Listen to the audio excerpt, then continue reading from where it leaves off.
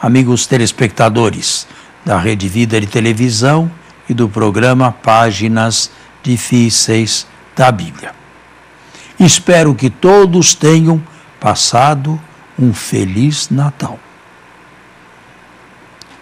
Eu espero que este Natal tenha sido um Natal de festa, sim, de encontro familiar, mas sempre com Cristo, nunca sem Ele. É Ele que dá o gosto e o sabor das nossas festas. Nós estamos no último domingo do nosso ano civil. Ele está tão velho que dentro de poucos dias ele terminará e dará lugar a outro. Nós não sabemos o que virá no próximo ano. Cada um de nós recebe um livro em branco com 366 páginas. O ano que vem é um ano bissexto, todas em branco. Cada dia vamos escrever as nossas experiências daquele dia que passou. O livro está em branco e depende de cada um a maneira como escrevê-lo e como o terminar. Nós, porém, neste programa, voltamos ao nosso assunto bíblico que estava caminhando, que já tinha passado pelo Sinai, pela legislação, e estava a caminho em demanda da terra prometida a Canaã. Um primeiro esclarecimento. A distância entre o Egito e Canaã, que hoje é Israel, é de mais ou menos 400 quilômetros. É como daqui a São Paulo ao Rio de Janeiro. Levar 40 anos para fazer esta caminhada, mesmo naquela época, parece incrível, não é? 40 anos para caminhar em 400 quilômetros. Na verdade, é a Bíblia quem fala em número 40, por castigo.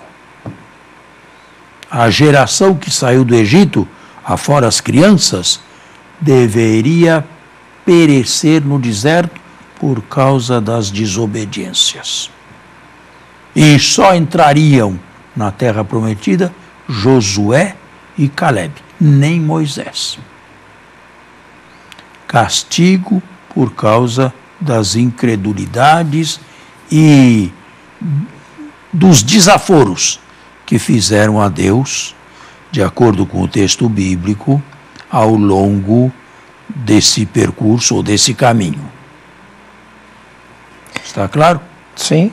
Olá, padre. Bom dia. É uma alegria. Está vendo? Né? Tinha esquecido o bom dia. Imagina. Mas é sempre bom. Ele fala e o padre fala com muita propriedade e eu aproveito para ir bebendo sempre mais. Né? Que alegria estarmos juntos. O senhor falou no número 40, padre. Eu penso também, não sei se é cabível aqui a minha reflexão, quando a gente pega a vida de Moisés, parece que ela é também compreendida em 3 fases, cada qual de 40. O Pentateuco, a partir do livro do Êxodo, deixando o Gênesis de fora, é uma história a Moisés, uma história de Moisés, não como pessoa física, mas como condutor do povo de Deus. Desde o seu nascimento, capítulo 2 do livro do Êxodo, até a sua morte, capítulo 34, último do livro do Deuteronômio. Né? Eles o tempo inteiro voltam, né, com essa trajetória de 40, até no Novo Testamento, Jesus também no deserto. Ficou para eles um número simbólico, indicando preparação, indicando o inacabado, assim. Agora, padre, como que o maior profeta de Israel não pôde entrar na Terra Prometida? Honestamente, esse é um versículo que sempre me levanta a questão. Essa é uma pergunta que sempre me volta à memória. Para mim, a resposta é a seguinte. Esse é um dos poucos itens para se provar a historicidade de Moisés. Se tivessem que inventá-la, certamente lhe teriam dado um lugar privilegiado na terra de Canaã e um túmulo à altura do que ele fez. Se até hoje não se sabe onde está o túmulo do maior legislador de Israel, o fundador da religião javista, é porque, com toda a probabilidade, isto aqui era uma coisa obscura e vai a favor da historicidade. A própria Bíblia depois tenta explicar em que consistiu esse pecado de Moisés, sem dar uma solução clara, explícita e definitiva. Mas isto é muito importante, porque por aí se pode examinar, se pode concluir que Moisés foi uma figura histórica. Porque muito mais do que isso dele não podemos dizer. Agora, aqui no chão concreto dos capítulos dos Números, nós temos um povo em marcha, um povo que caminha. E é isso que o Senhor falou inicialmente. Um povo que, para caminhar 400 quilômetros, passa essa infinidade de anos.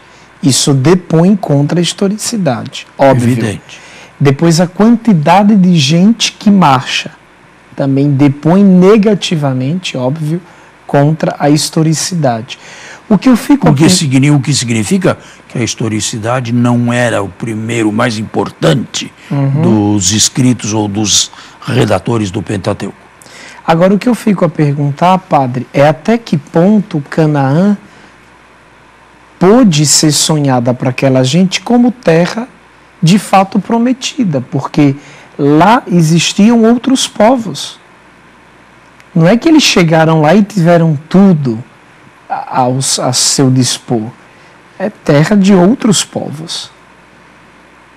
Até que ponto Canaã pode ser? Por que Canaã foi poetizada ou considerada? Porque Israel, o povo de Deus, morou lá, junto com outros povos que lá moravam também. Só que em diferentes lugares.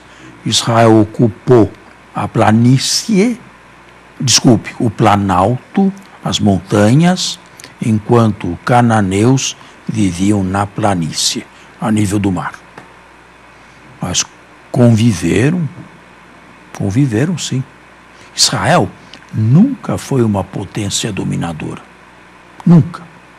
É outra coisa que eu me pergunto. Pois é, sempre esteve na sua história a serviço de alguém. Como Deus pôde escolher este povo? Pois é, os caminhos de Deus são diferentes dos nossos. Certo? Se você crê ou aceita revelações privadas, particulares, quem é que viu Nossa Senhora de Fátima? 3 analfabetos. E crianças, né?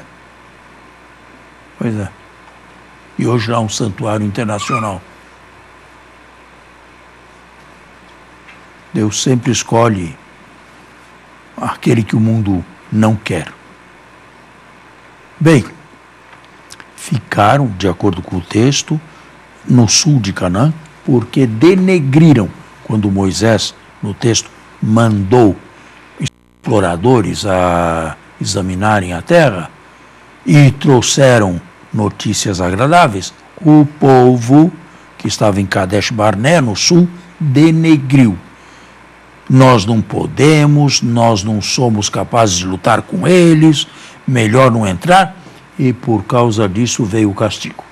Não querem entrar? Então não entrarão.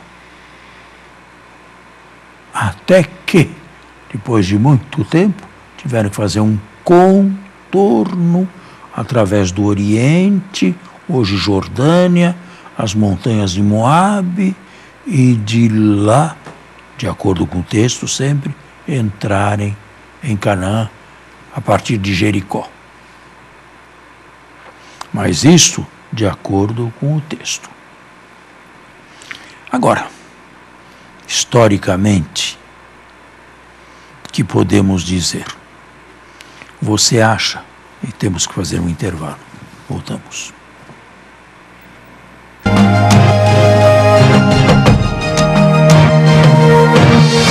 Estava querendo dizer no momento anterior, na primeira parte do programa, que, de acordo com a Bíblia sempre, houve uma multidão. A Bíblia fala em 600 mil homens em idade de serviço militar. A isso, se você acrescentar mulheres, velhos e crianças, dá o quê? 2 milhões. Como é possível carregar um grupo desse pelo deserto da Arábia, ou pela península do Sinai, o deserto do Sinai? Como é possível? Claro que a Bíblia incha ou infla enormemente os números para que o leitor possa ver ali a mão de Deus. O mais importante para eles não era se aquilo se deu realmente. Era uma grande parábola através da qual eles imaginavam que Deus tivesse sido favorável a eles e caminhado com eles no passado. O que se pode dizer da conquista de Canaã? Velhos, crianças, idosos, mulheres, são pessoas capacitadas a guerrear? Padre, e esse povo todo organizado exatamente já em tribos, serão aquelas mesmas tribos não deixa as tribos de lado. Do futuro? Não. Não. Um povo desse seria capaz de guerrear? Não, de certo que não. É claro que não. Mulheres, velhos, doentes, crianças. Como? Sem organização, sem carros militares, sem nada. Já falamos disto, se os israelitas, estamos na proto-história, ou na pré-história de Israel, se os israelitas não vieram do Egito, se a legislação de Israel foi feita progressivamente, e não de uma vez só, se não houve uma marcha de 40 anos pelo deserto, historicamente, que dizer da conquista da terra? É o que eles imaginavam quando escreveram o texto, tivesse sido o passado deles nas mãos de Deus. Isto é bonito, isto é muito bonito. Uma parábola, vamos chamá-la assim, uma grande parábola, que tenta dizer o indizível. Deus, o Deus libertador, sempre esteve conosco. O único Deus, Senhor da história e libertador na história, esteve sempre ao nosso lado. Isto é uma lição que todos nós podemos ter, podemos possuir. A conquista da terra, do ponto de vista histórico, acredito que não se tenha dado. O que hoje em dia se ensina ou se tenta mostrar é uma subida de gente da planície ao Planalto. O Egito, a Palestina, era, como você mesmo disse, povoada por cananeus em cidades-estado.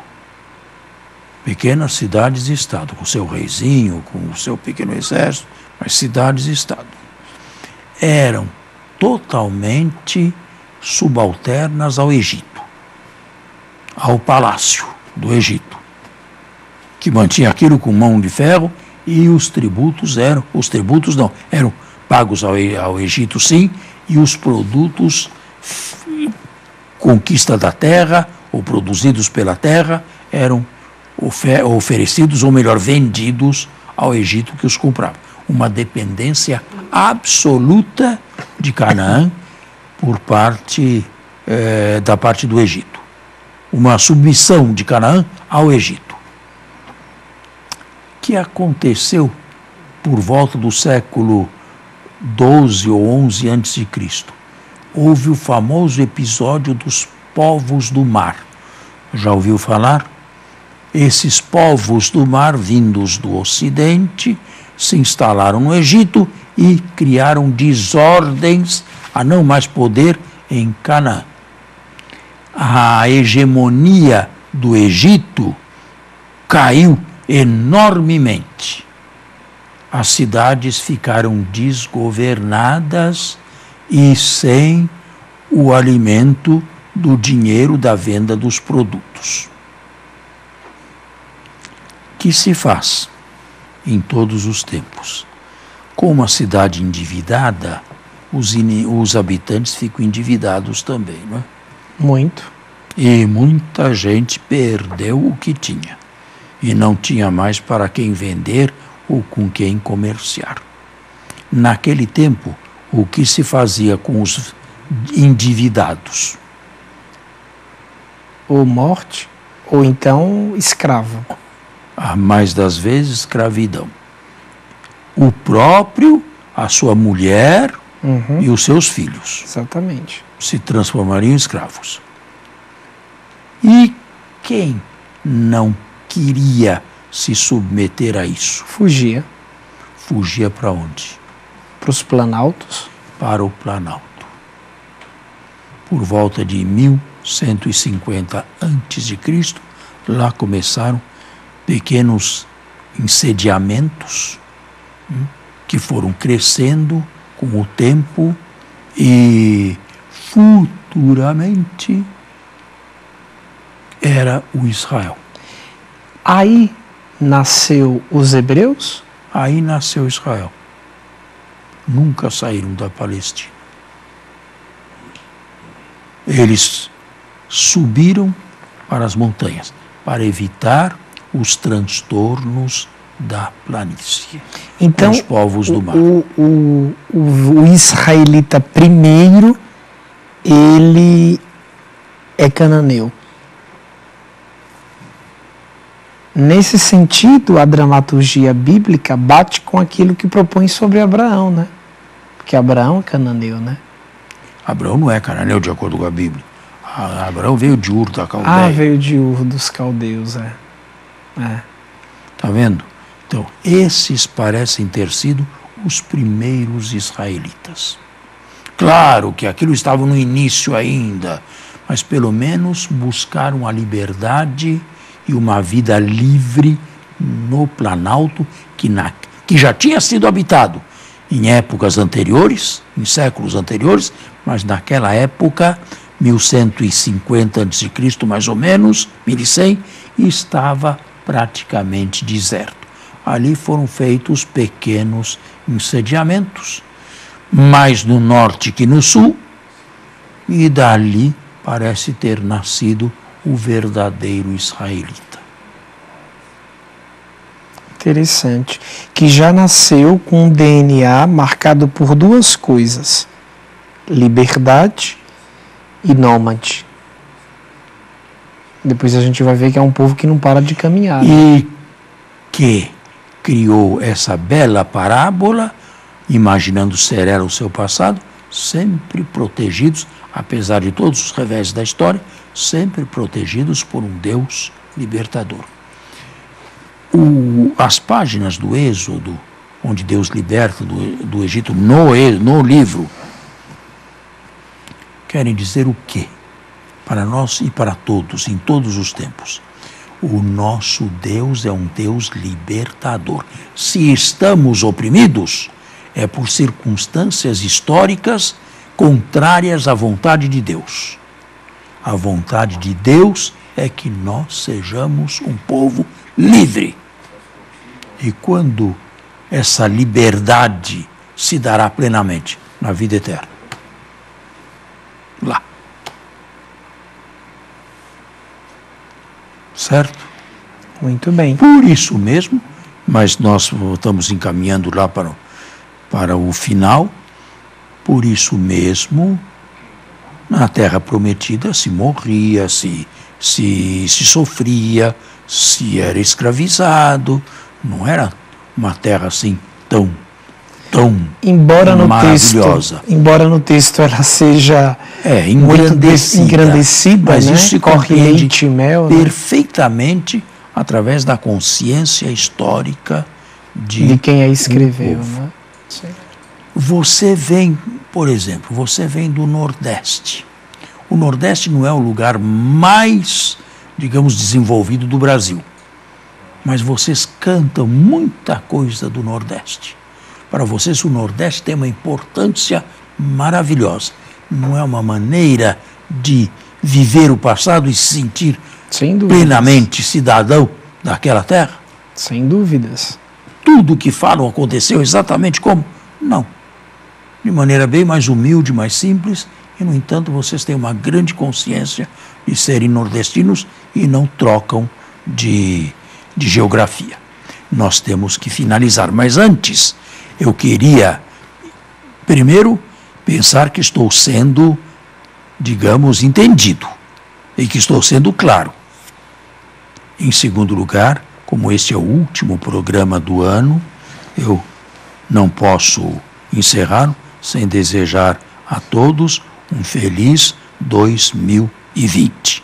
Nas mãos de Deus, com a responsabilidade e alegria de cada um de nós. Feliz Ano Novo.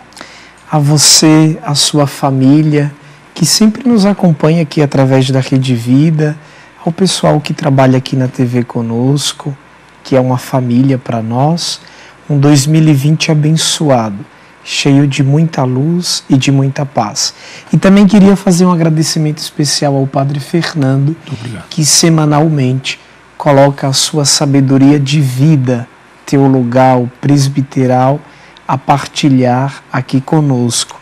Eu espero que neste ano próximo, eu e você que nos acompanha, sejamos um livro em branco e deixemos Deus, através do Padre, escrever sua história bonita de amor em nossas vidas. Feliz Ano Novo.